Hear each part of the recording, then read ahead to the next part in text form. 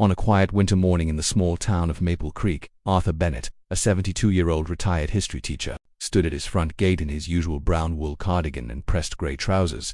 His posture was slightly bent from arthritis, but his gaze remained sharp. He collected his mail every morning at exactly 8:15. That day, something unusual waited among the bills and newspapers, a pale yellow envelope, worn at the edges. The envelope looked old, not just a little old, decades old. The paper was brittle, the ink slightly faded. Arthur noticed the postmark immediately. It was dated October 12, 1986. His fingers trembled slightly as he adjusted his glasses. "That can't be right," he whispered to himself. In the return address corner was a name he hadn't seen in 40 years. Margaret Whitmore. The name alone made his chest tighten.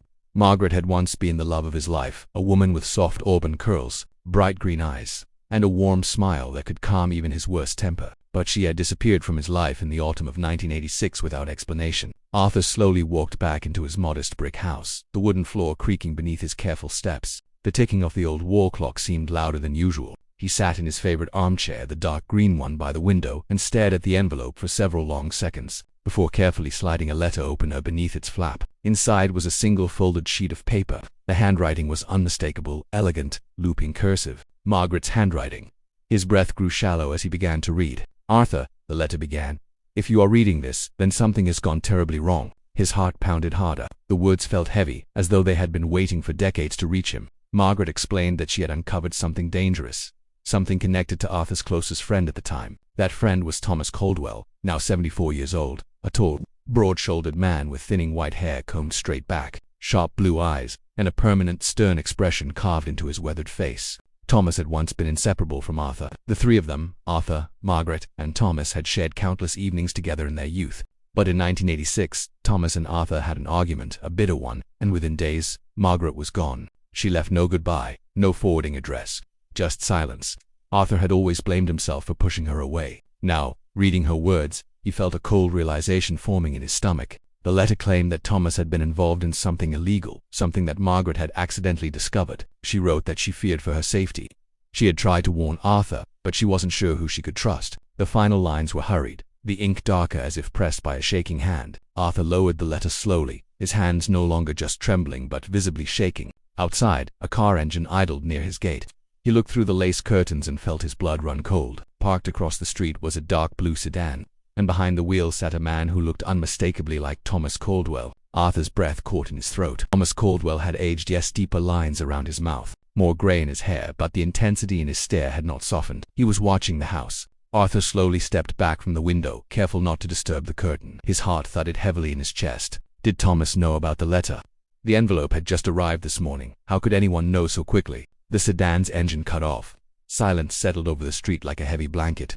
Arthur remained frozen beside his chair, listening. Then came the sound he had not heard in years, the firm, deliberate knock of Thomas Caldwell. Arthur walked to the door with measured steps, gripping his wooden cane more tightly than usual. He paused before opening it, straightened his cardigan, and took a steadying breath. When he finally pulled the door open, Thomas stood there, tall and imposing, his expression unreadable. "Arthur," Thomas said calmly, his voice still deep but slightly roughened by age. "It's been a long time." His tone carried no warmth, only caution. Arthur studied him carefully. 40 years, he replied quietly. "It's strange that you'd visit today of all days." He watched Thomas's eyes closely, and saw it.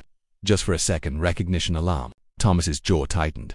"You received something," he said, not as a question, but as a statement. A cold wind brushed past them, carrying the dry scent of fallen leaves. Arthur felt the weight of the letter still tucked in his cardigan pocket. Before Arthur could answer, a second car slowly turned onto the street, a silver hatchback. It parked 2 houses down from it stepped Detective Laura Martinez, a 45-year-old woman. She carried herself with quiet authority.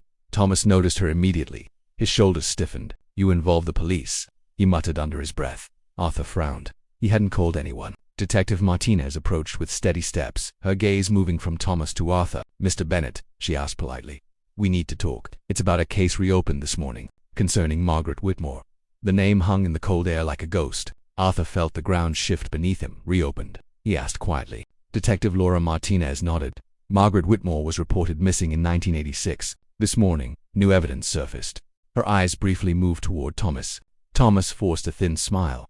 "After 40 years, that seems unnecessary." But his hands, usually steady, were clenched tightly at his sides. Arthur noticed a faint tremor in his old friend's fingers, something he had never seen before. Detective Martinez reached into her leather folder. A storage unit in the neighboring county was cleared out last week after unpaid fees. Inside, we found a locked metal box containing personal documents and a copy of a letter addressed to you, Mr. Bennett. Arthur's stomach dropped. Margaret had written more than one letter. Arthur slowly removed the original envelope from his cardigan pocket. "This arrived today," he said, his voice barely above a whisper. Thomas's eyes locked onto it immediately, not with curiosity but with fear. The detective studied Thomas carefully. "Mr. Caldwell, your name appears several times in Margaret's notes. She claimed she discovered financial records tied to an investment firm you were involved with in 1986. Arthur's mind raced. He remembered Thomas encouraging him to invest. Thomas's face paled. For the first time in his life, he looked smaller.